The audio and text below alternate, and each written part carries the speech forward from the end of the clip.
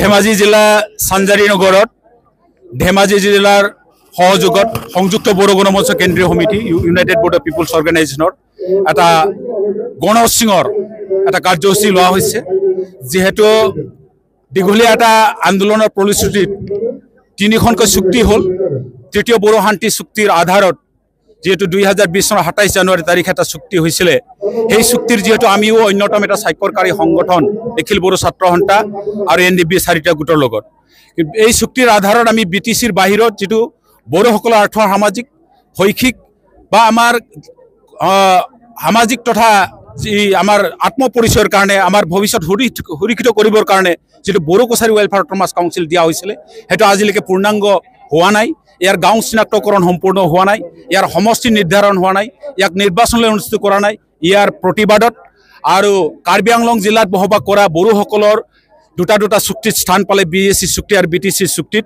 সেই বড়োসকল আজিলৈকে পাহাৰীয়া জনজাতি হিচাপে মৰ্যাদা পোৱা নাই ইয়াৰ দাবীত আৰু ইয়াৰ লগতে বড়োসকলৰ যেটো শিক্ষাৰ সমস্যা যেটো বড়ো মাধ্যমৰ সমস্যা এই সমস্যাসমূহ যথেষ্ট আছে 6.3 মতে এতিয়ালৈকে আমাৰ বিশেষ ৰেহাই দি হলেও যি বিদ্যালয়সমূহ প্ৰাধিকৰণ কৰিব লাগিছিল এটা আজিলৈকে কৰা নাই আৰু ইয়াৰ বাদেও যেটো বিটিচিৰ পৰা ইয়াত যথেষ্ট সংখ্যক শিক্ষক আহে বড়ো মাধ্যমৰ তেওঁলোকে পুনৰ গুচি যায় তাৰ পিছত আমাৰ শিক্ষক কমে ইয়াৰ কাৰণে আমাৰ ইয়াতে বিকেডব্লিউসি এৰিয়াতে যেটো টেট পাস হৈ থকা যিমান নেকি শিক্ষক আছে বড়ো মাধ্যমৰ তেওঁলোকক নিযুক্তি প্ৰদান কৰা স্পেশালি এইটো আৰু ইয়াৰ বাদেও যেটো আমি এটা বৃহৎ এটা জনসংখ্যা হয় আদিবাসী গতিকে বিভিন্ন জনগোষ্ঠীসমূহৰ নামৰ এটা ৰেজিমেন্ট আছে যেনে নাগা ৰেজিমেন্ট গোৰ্খা ৰেজিমেন্ট অন্যান্য আমাৰ মাজতো বড়োসকলৰ নামৰ এটা বড়ো ৰেজিমেন্ট গঠন কৰি দিয়াৰ দাবীত আমি এই কাৰ্যসূচী লৈছো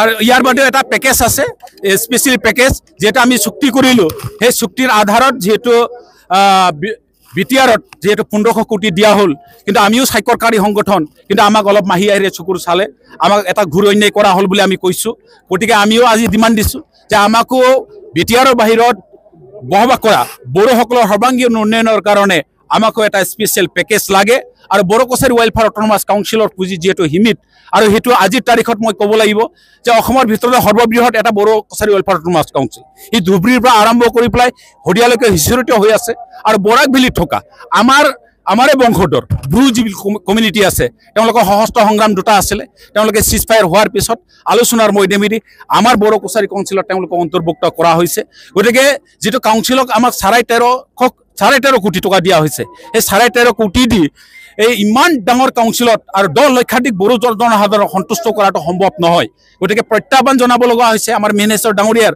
যেটো বড়ো কছাৰী কাউন্সিল চলাই আছে তেওঁলোকে এটা প্ৰত্যাহ্বানৰ সন্মুখীন হৈছে পুঁজি সীমিত হোৱাৰ কাৰণে তেওঁলোকে এই পুঁজিটো বৃদ্ধি কৰাৰ দাবীত আমি এই কাৰ্যসূচীটো লৈছো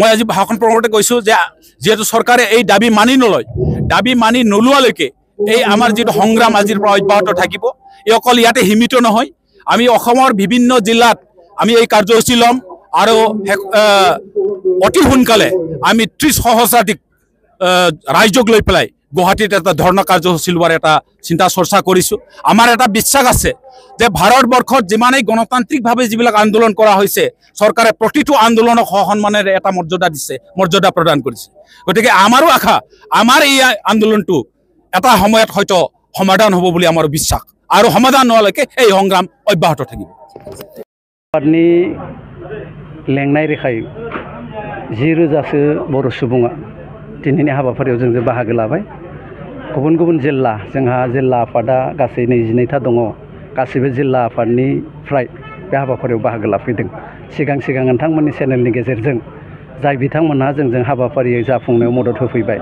जोंनि हांख्रायनायखौ मान होनानै फैबाय बर' रायजो राजानि स्वार्थआव दिनै जोंजों स्रेङै गसंफाबाय बिथांमोननिसिम जों खौसेथि बर' सुबुं आफादनिफ्राय जोंनि गोजोननायखौ जासिदों बुंनांगोन 2020 मायथाइनि 27 जानुवारि बे समनि बिटिआर गोरोबथा बे गोरोबथानि उनाव जोङो सरकारजों थाफानानै सरकारनि खाथियाव रायलायनायनि गेजेरजों जोंनि जेफोर दाबि दुबा बेखौ सुस्रांनायनि थाखाय जों खावलायबोबाय थादों।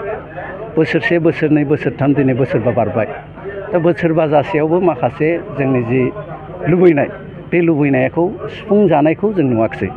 गुबुन गुबुन ओनसोलाव रायजो जानाय गुबुन गुबुन हारि माहारिनि सुबुंफ्रा जोंखौ सानबाय जे 2020 मायथाइनि एकर्डनि जोहै जोंनि गासिबो समस्याफ्रा समाधान जाजोब्बाय।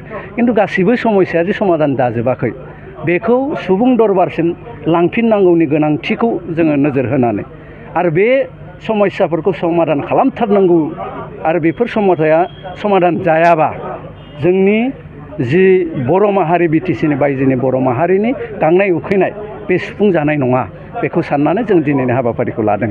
गाहायै जों दाबिफ्रा बेयाव जोङो दैखांदों जे बर' कसारि वेलफेयार अट'नमास काउन्सिलनि माखासे गामि फोसावबाय, खिन्थु माखासे गामिफोरखौ बायदिसिना जेंना जेंसि दिहुननानै आसाम सोरखारा आबुङै फोसावजोबाखै।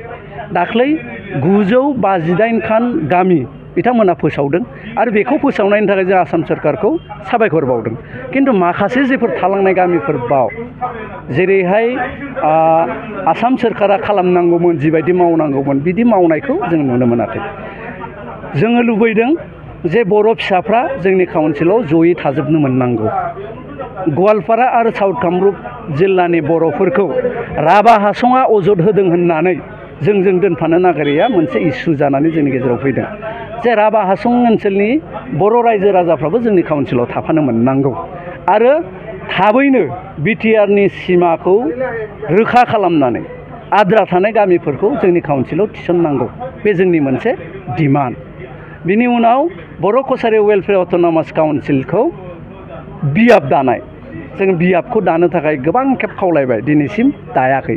बेखौ दाफुंनानै होनांगौ आरो दाफुंखांनायनि उनाव मोनसे इलेक्टेड मोनसे काउन्सिल जोंनो नांगौ। जेलासिमहालागै इलेक्टेड मोनसे काउन्सिल फैया बे काउन्सिला लोरबां जानानै थायो एबा गावनि गोसो बायदि खामानि मावनो हाया। बेनि थाखाय जोङो बेखौ मावफुंनो खावलायदों। जोङो इनजास्टिस फिल खालामदों जे ज' गोजोन गोरोबथानि गेजेरजों 1500 कौटि 1500 कौटि बिटिआरनि थाखाय जौगानायनि थाखाय होदों। जोङो बेखौ बरायदों। बिटिआर ओनसोलाव रायजो जानाय बर'फोरनि थाखाय जौगानाय जि स्पेशेल पेकेज बेखौ बिटिआर ओनसोलनि रायजोफ्रा मोननो गोनांथार। खिन्थु जोंबो लुगैदों जे बिटिआरनि बाहेरायाव सेरखाय बेरखाय रायजो जानाय जे बर'फ्रा, जाय बर'फोरनि समस्याया बिटिआराव रायजो जानाय बर'फोरनिख्रुइ खुनु गुने खम नङा। गतिके जोंनोबो आसाम सोरखार आरो भारत सोरखारा स्पेशेल मोनसे पेकेज जौगालु खामानि मावनो थाखाय जोंनो होनांगौ। बे जोंनि मोनसे दाबि। 6.3 क्ल'ज जेखौ बर' गोजोन गोरोबथायाव थिसननाय जादों। दा बिनि गेजेरजों आसामनि बाहेरायाव थानाय बर' बिजोंनि फरायसालिफ्रा सोरखारि जानांगौ, खिन्थु जायाखै। बोसोरबा थांबाय, आसाम सोरखारा बायदिसिना आयेन जाबसिन दिनै जोंनि बर' बिजोंनि फरायसालिफोरखौ फोथैनायनि लामायाव लांबाय थानायखौ जों सहायनो हायाखै। बेनिखायनो जों होनदों 6.3 क्ल'जनि मथे बर' बिजोंनि फरायसालिफोरखौ थाबैनो सोरखारि खालामनांगौ। आरो मोनसे जेंना दा गोदानै ओंखारबावबाय जे जोंनि फरायसालिफ्राव बर' राव रोङै फोरोंगिरि थिसननाय बे आजां गाजाङै जोंनि बिटिसिनि बाहेरायाव बारायबोदों। बेखौ होबथानांगौ आरो बेखौ जों सोरखारखौ बार बुंबाय थादों। आरो जोंनि बिटिसिनि बाहेरायावबो टेट क्वालिफाइ गोबां फरायसाफोर दङ बा केन्डिडेट्सफोर दङ।